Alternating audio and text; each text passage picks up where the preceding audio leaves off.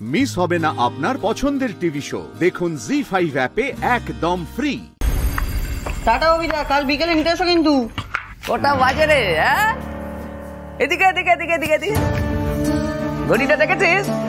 রাত্রি 11:30 বেজে গেল। এতক্ষণ ধরে কোথায় গাবজাল দিচ্ছিলিস? আড্ডা মারতে গেছিলিস? তোর এই শিয়াল পণ্ডিত অভিদা তোকে ঘড়ি দেখতে শেখায়নি নাকি?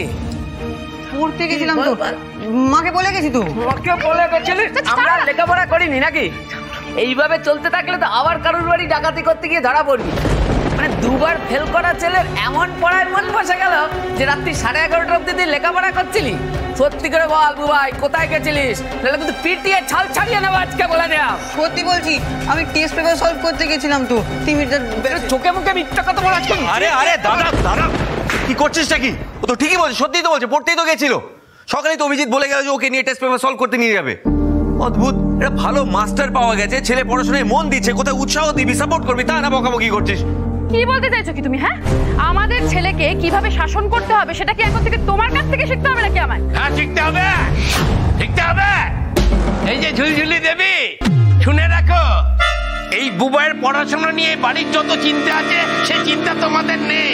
আর ছেলে রাতের বেলা সেন্ট, লিপস্টিক, তারপরে মোবাইল নিয়ে বাড়ি ফিরছে না, পড়াশোনা করে বাড়ি ফিরছে, সেটা তোমাদের সহ্য হবে কেন? বাবা, আমি কি বারবার বলছি তুমি কি তোকে আস্কারা দিচ্ছ কিন্তু? চুপ কর, আমার সামনে গলা তুলে কথা বলবি না।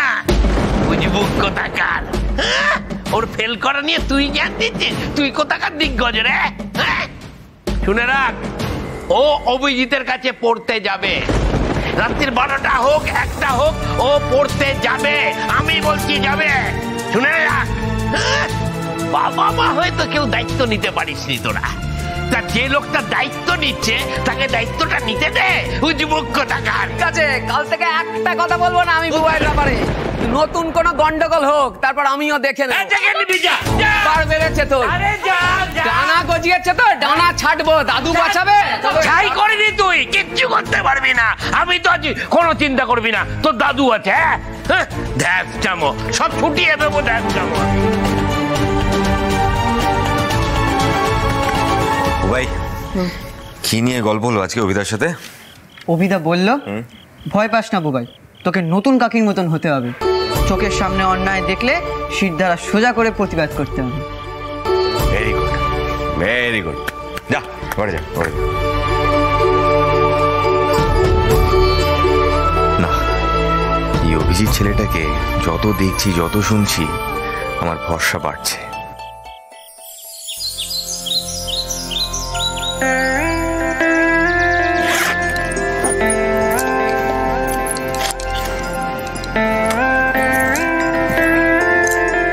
একদম পারফেক্ট আছে। অনা, আপনি রেডি? হ্যাঁ, এই তো আমি রেডি। শুনুন, আমি অফিসের বাইরে ওয়েট করব। কোনো ঝামেলা হলেই আমাকে জাস্ট একবার ফোন করবেন। ওই বসের সব বাদরামও ঘুচিয়ে দিয়ে আসবো। না সৃজন, এই লড়াইটা আমার একার, আর এই লড়াইটা আমাকে একাই লড়তে হবে। আপনি যে সবসময় আমার পাশে আছেন, আমার শুধু এই সাপোর্টটাই দরকার, জানেন? সে তো আমি আছি সবসময় আপনাকে সাপোর্ট করার জন্য। বুঝলেন পর্ণা, প্রথমে না আমার খুব টেনশন হচ্ছিল, এটা ঠিক, কিন্তু পরে আমি ভেবে দেখলাম আপনি যে ডিসিশনটা নিয়েছেন সেটাতেই স্টিক করুন। কোনো পরিস্থিতি আপনাকে হারাতে পারবে না, আমার বিশ্বাস। আপনার আমার উপরে এত ভরসা? আমার ভরসা, বিশ্বাস, ভালোবাসা সবকিছুই যে তোমায় ঘিরে পড়না। হ্যাঁ পড়না, আমার বিশ্বাস যতই বাধা আসুক না কেন, আপনি সব বাধা পেরিয়ে আসতে পারবেন। তবু কিন্তু আমি অফিসের বাইরে ওয়েট করব। জানি, আর এই ব্যাপারে আমি আপনাকে আটকাবো না। চলো চলো।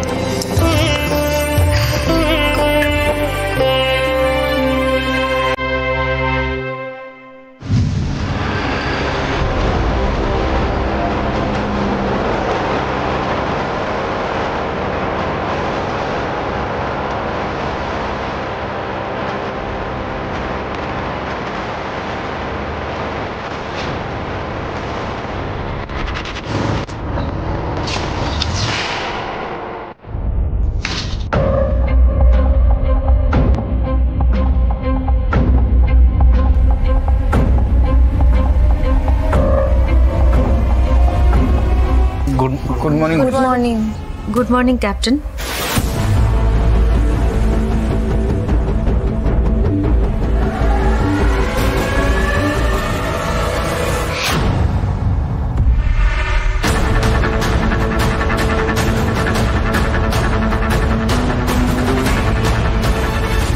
প্রথম দফায় বেঁচে গেলাম ঠিকই, কিন্তু কালকের ঘটনার পর মনে হচ্ছে পুরো কোপটা আমাদের ওপর এসেই পড়বে।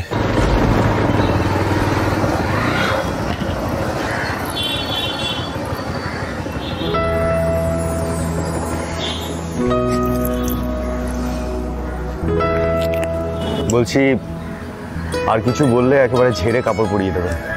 কালকের মতো একেবারে উচিত শিক্ষা দেবে। আর তাছাড়া আমি তো আছি।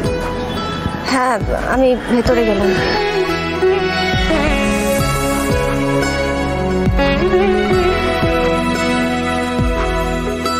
আচ্ছা সুরভিদি, তোমার কি মনে হয় পর্ণা কি আজকে আসবে? অফিসের কাউকেই এই ব্যাপারটা নিয়ে বেশি কথা বলতে দেওয়া যাবে না। শায়নি, তোমার অ্যাসাইনমেন্ট আজকে চেক করব, রেডি রেখো।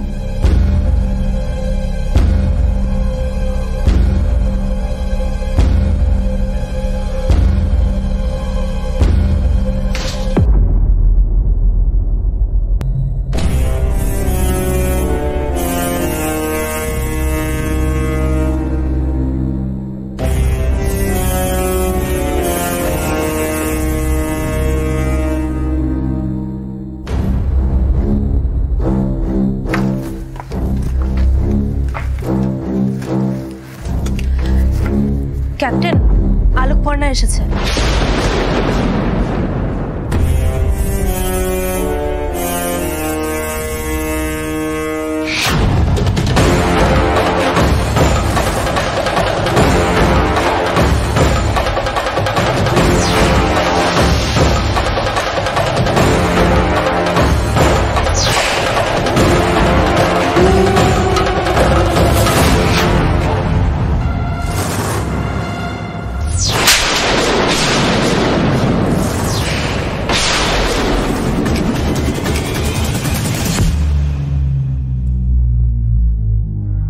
আমার যে একটু নার্ভাস লাগছে।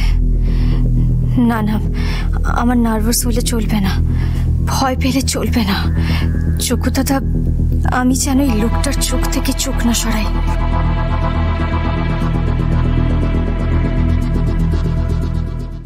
জি5 ডাউনলোড করুন আর সব এপিসোড দেখুন একদম ফ্রি।